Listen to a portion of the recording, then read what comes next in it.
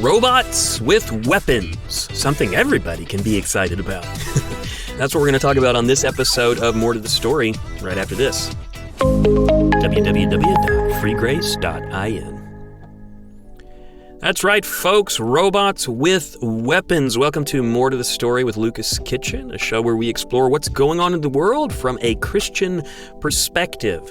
What is the Christian perspective on robots with weapons? Well, let's take a look. So Boston Dynamics has been known as a really exciting player in the market of robots, generally available robots. And so they create a line of robots that can be used for daily tasks, and average people with lots of money, so I guess maybe not average people, but if you have a lot of money, you can buy Boston Dynamics robots. Now, there's other companies that are gaining a foothold in the market too, like agilityrobotics and Unitree and openrobotics and clearpath robotics. These are big players in this new emerging market. Now, one of the trends online that is happening is people are getting their hands on these robots and they're putting weapons on them, just kind of makeshift putting weapons on them. And that's pretty frightening when you think about it, because some of these robots, they can be remotely controlled. They can get to places where previously other robots weren't able to. And if you couple this together with the concept of, for instance, mass shootings at schools or, mosques, synagogues, churches, that kind of thing, you begin to have a situation where you could have a really dangerous, murderous output from robots. Now, where we are right now is robots don't intend to kill anybody. They're not smart enough to know that. But a human could use a robot to really hurt people, especially if they're attaching weapons to them. I was asked recently, I did a podcast with my ministry partner, Sean Lazar, and we talked a little bit about AI. And he asked, "Are you afraid of AI?" And what I said was, I'm more afraid of people using AI and using robots to hurt other people. Humans still have the market cornered on evil. Humans are the monopoly players of evil. Robots aren't evil. Animals aren't evil. Nothing else is evil because it doesn't have cognition. As far as we know, only humans and angelic beings who have fallen are evil. And so still, it's people that I'm afraid of, and robots and AI are a new type of tool they can use to perpetrate that evil. Now, why am I talking about this? Well, Boston Dynamics, on their website, they have partnered with a number of other robotics companies, ones that I mentioned, to author an open letter. And you can get to it by going to bostondynamics.com. It's got a long title, but you'd be able to find it if you just searched open letter, or you could even Google that. The title is An Open Letter to the Robotics Industry and Our Communities. General Purpose Robots Should Not Be Weaponized. And it looks like it's about a 300 to 400 word letter that talks about their intentions to not allow their robots to be weaponized. Now, there are some notable players that did not sign this letter, robotics companies, who sell their robotics services and their robotics products to contractors for the government, like the military. Now, these particular robots companies that have signed this open letter, they specifically say they're not complaining about robots that are used for military purposes. They're just saying we don't want ours to be used for being weaponized.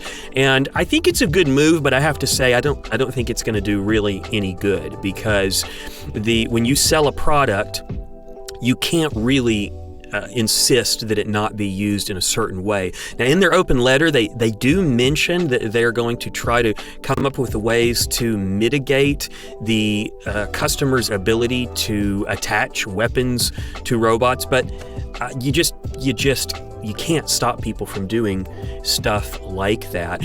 One of the things that it mentions in there is they say that they believe that the benefits of robots that are generally available to the public, they believe that those benefits, the benefits they bring to society, they outweigh the risks. And that's yet to be seen. I don't know if you guys have seen Terminator 2, but I think the Cyberdyne argument in Terminator 2 is pretty strong that who knows.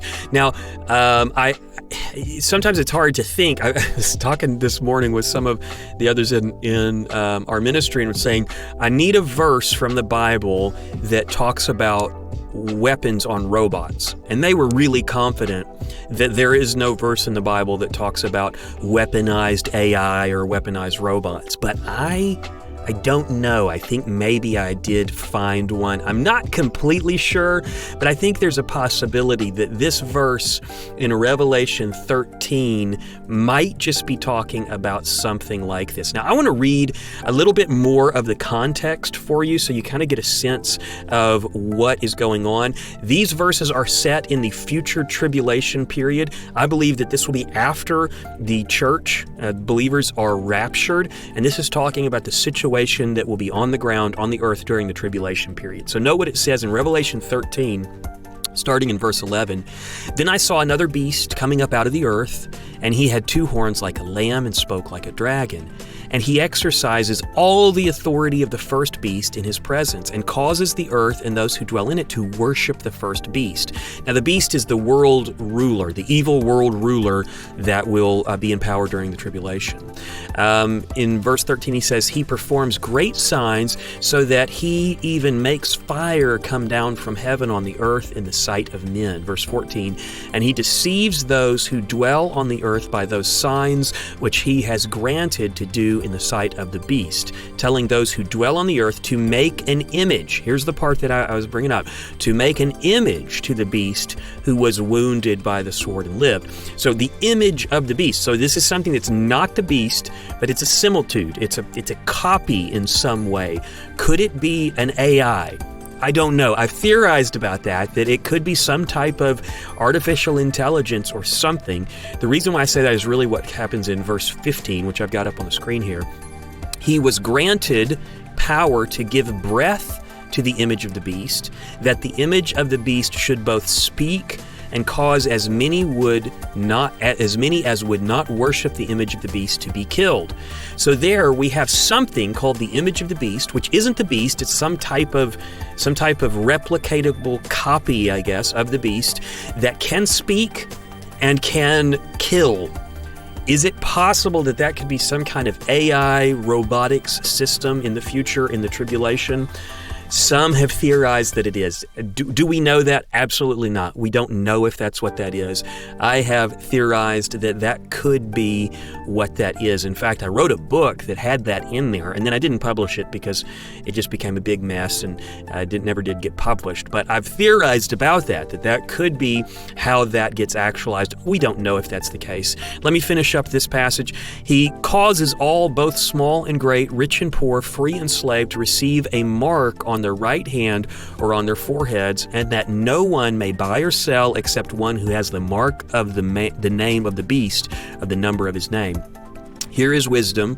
Let him who understands calculate the number of the beast, for it is the number of a man. His number is 666. And all of that comes from Revelation 13, 11 through 18. So, do we have weaponized robots in our future? Honestly, I don't know. I mean, we already see it in warfare. Is it possible that it'll be part of what's going on in the tribulation period? I do think it is a very, very good possibility. Is it likely that it's what the image of the beast is? That part I really don't know. It's a slim possibility, but that could be there could be so many other explanations for that.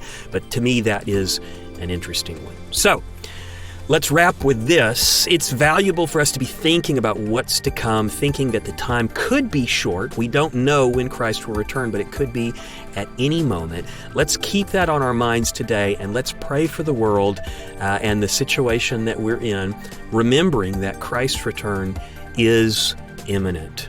So, thanks for watching. I'll be back with you soon.